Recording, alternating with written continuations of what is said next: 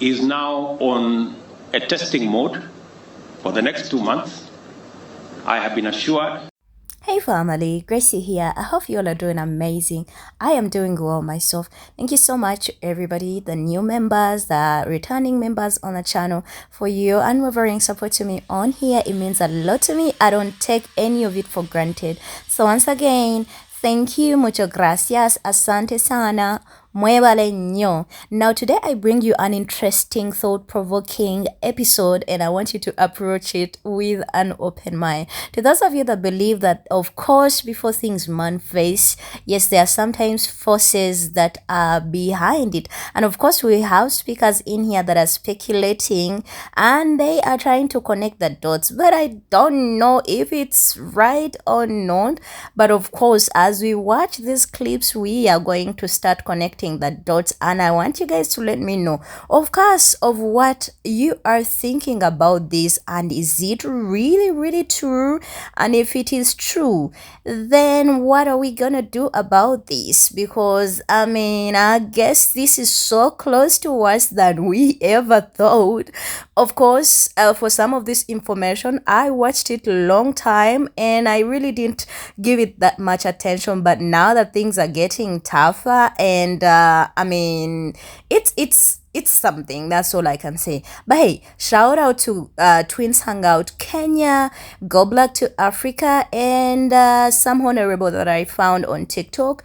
His video was actually taken down, so I don't know if this won't be taken down. So let's watch this and come back. Of course, we will have to say something about it, and y'all will let me know also what you think in the comment section. Let's go.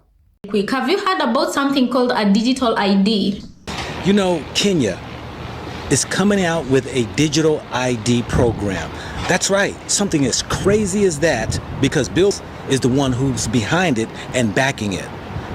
Check this video out and I'll be back.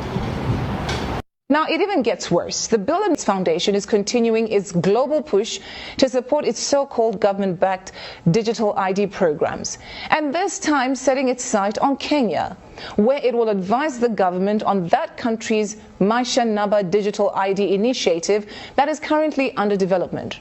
So, according to a Kenyan news agency, Gates' role is assisting the Kenyan government in its development, and the rollout of Maisha Namba was announced after a recent series of the closed-door meetings with Kenyan President William Ruto.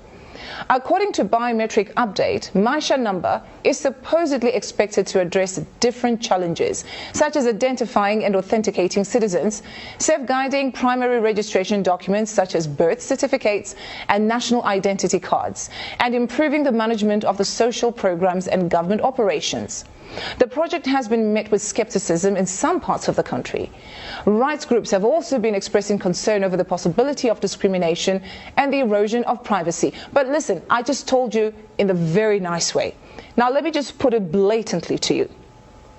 The program targets the birth of new babies. So once you have your baby, before your baby leaves the hospital, you no longer get a paper birth certificate, but then you get a digital one that is somehow implanted somewhere on somebody's body. Think about that, but have a listen to this. The digital ID, which has been a big problem to us for a very long time, is now on a testing mode for the next 2 months. I have been assured by all the stakeholders, led by the ministries concerned, that by December, we will be able to launch digital ID, where every Kenyan don't have to carry any paper, plastic or otherwise, as an ID, that they should be able to be identified digitally using their iris or their fingerprints, and we can transact without the necessity of people struggling to identify who they are. And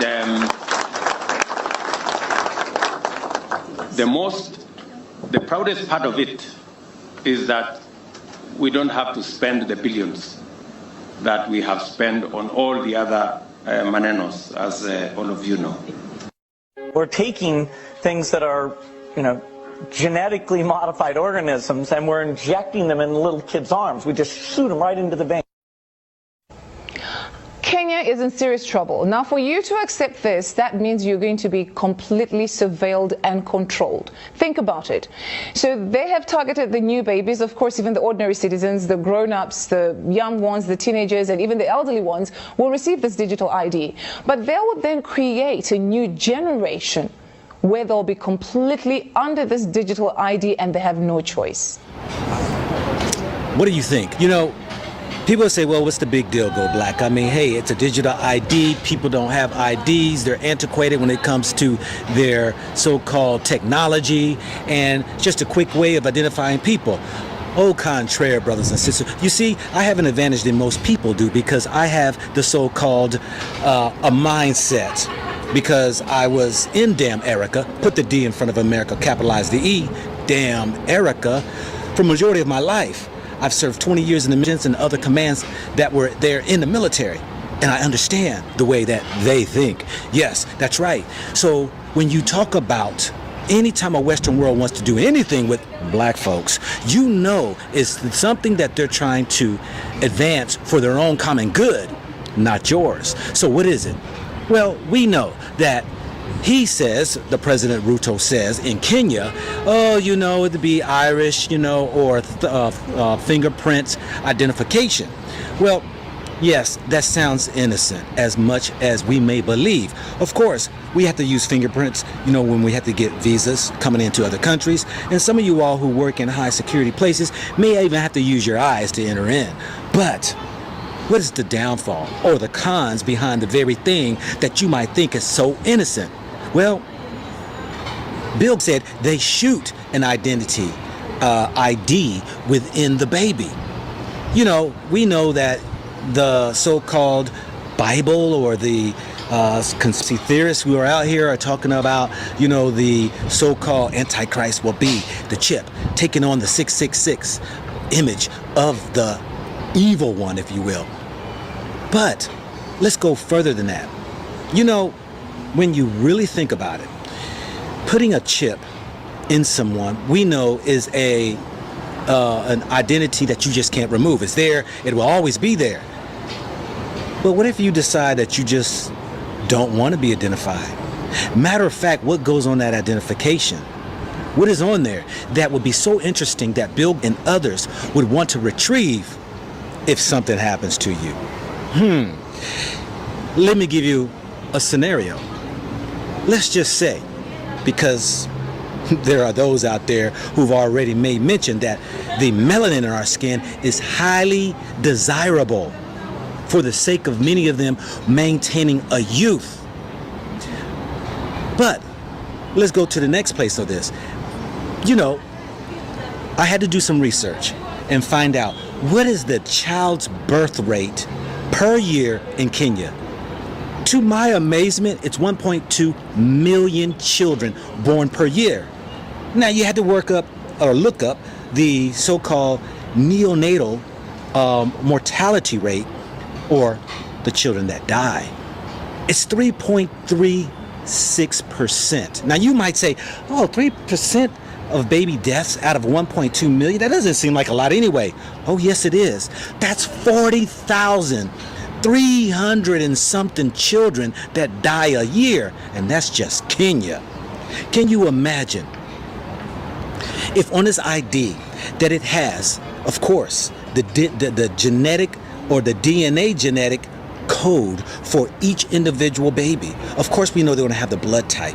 We're going to have all the different types of where many people who are going to want to have so-called, your organs, transplants and things, which is high on the scale for sales around the world, would be a great idea when you don't have to retrieve paperwork and finding out what is this baby's makeup.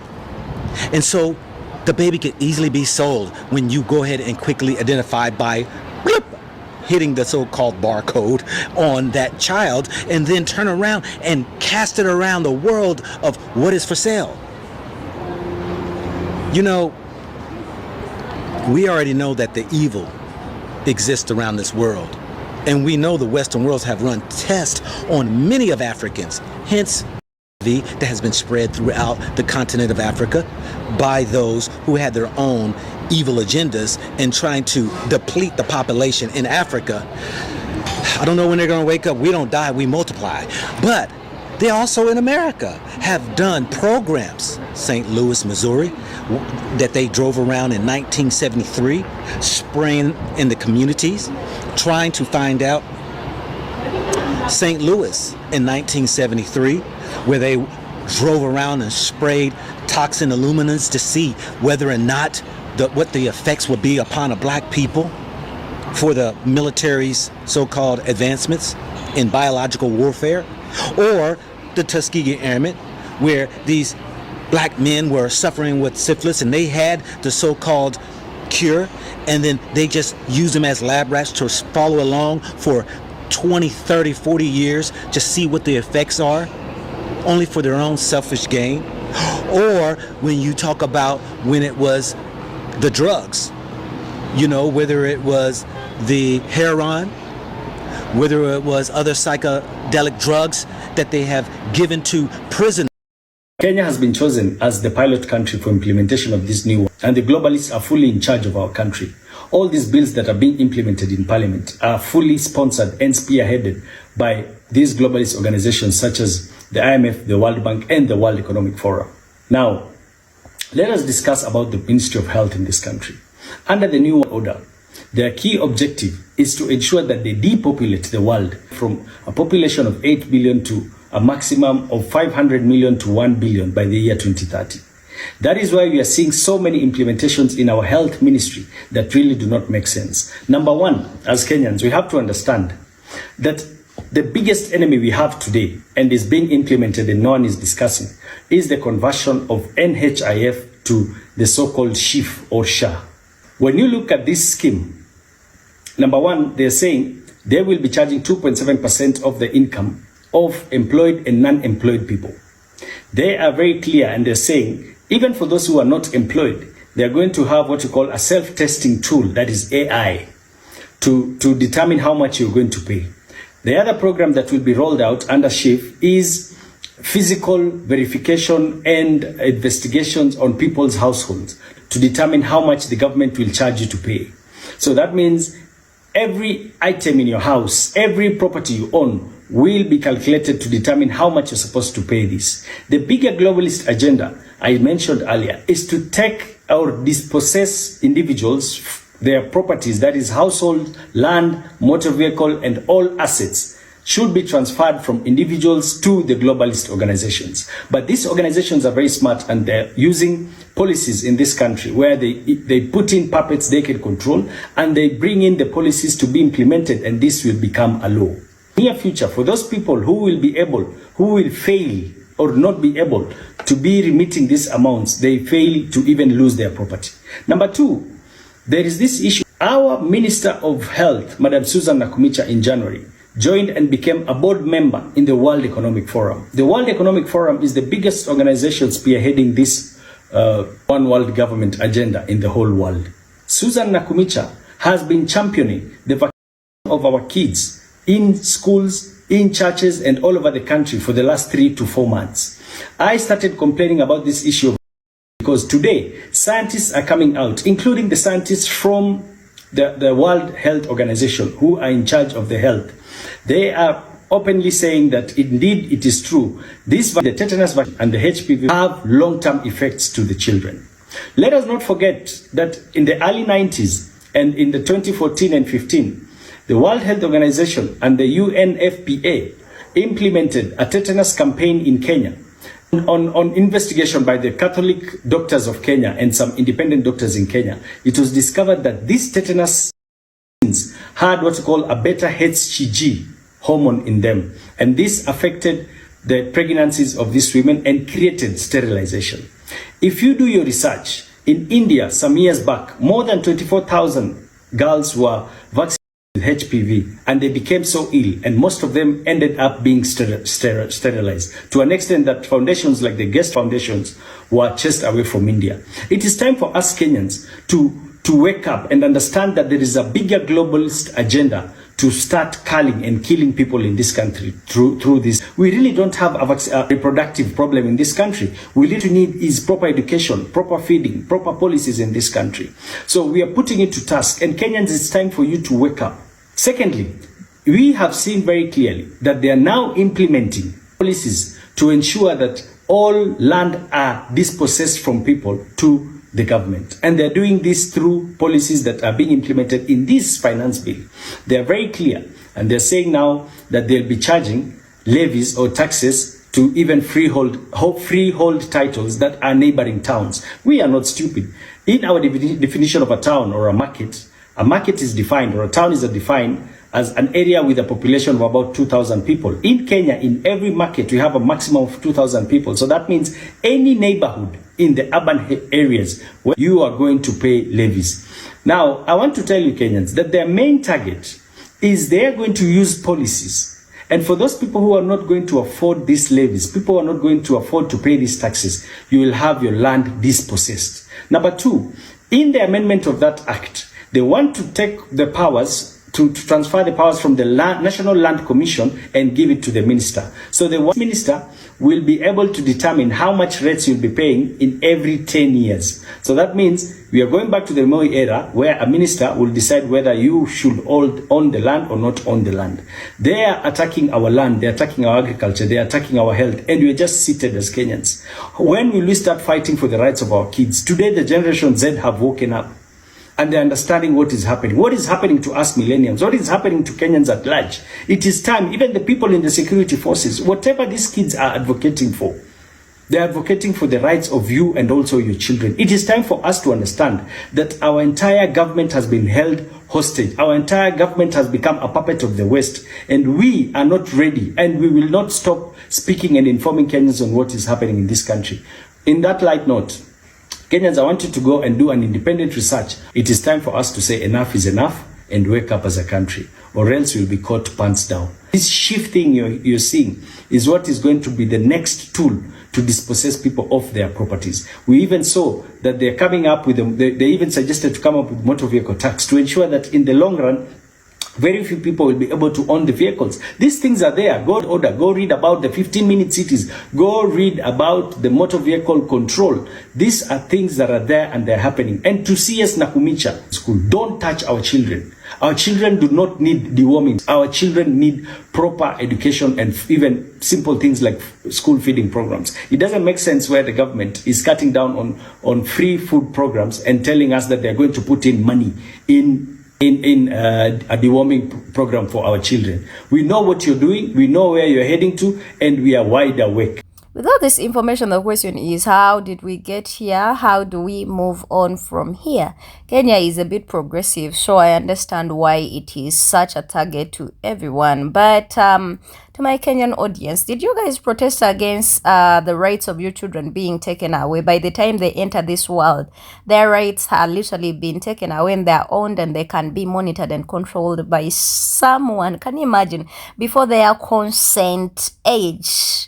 You understand? The question is, why not old people? Why children? It is interesting. This is just really provoking a lot of thoughts from the world population thing. Of course, you all know what these people think about us and what they want for us.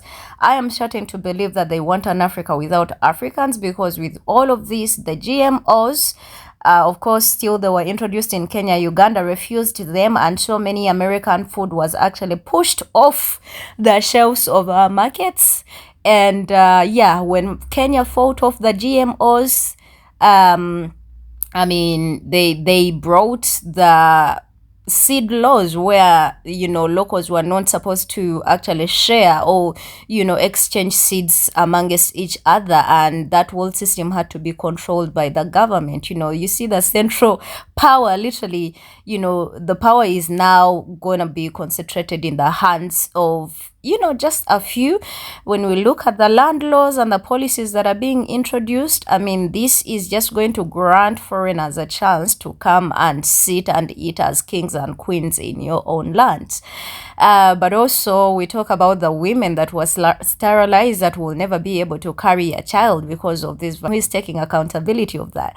That's why it's so hard to believe these things, but at the same time, when you try to see like the dots are connecting and you don't really know what is happening. But yeah, exactly. And then boom, just all of a sudden the NATO wants to come to Kenya. Now all of a sudden, Ruto went to meet Biden, and they signed a lot of deals. He got a lot of money. So was this a handover? Like, was he doing a handover of the country? Because apparently everything they've been telling him to do, he's been able to actually do them, and he's still doing more. What are the odds? For me, that is the question that I have. What are the odds that this whole thing has been happening and going on in the background, but then people have not been really paying that much attention? What are the odds, and what are people going to do about it? What are Kenyans doing about it? And are they aware of some of these programs actually running in the country to an extent that kids are, boys are getting HPV for cervical cancer? And I mean, these are boys in school that have literally never ever engaged in any sexual activity or something like that.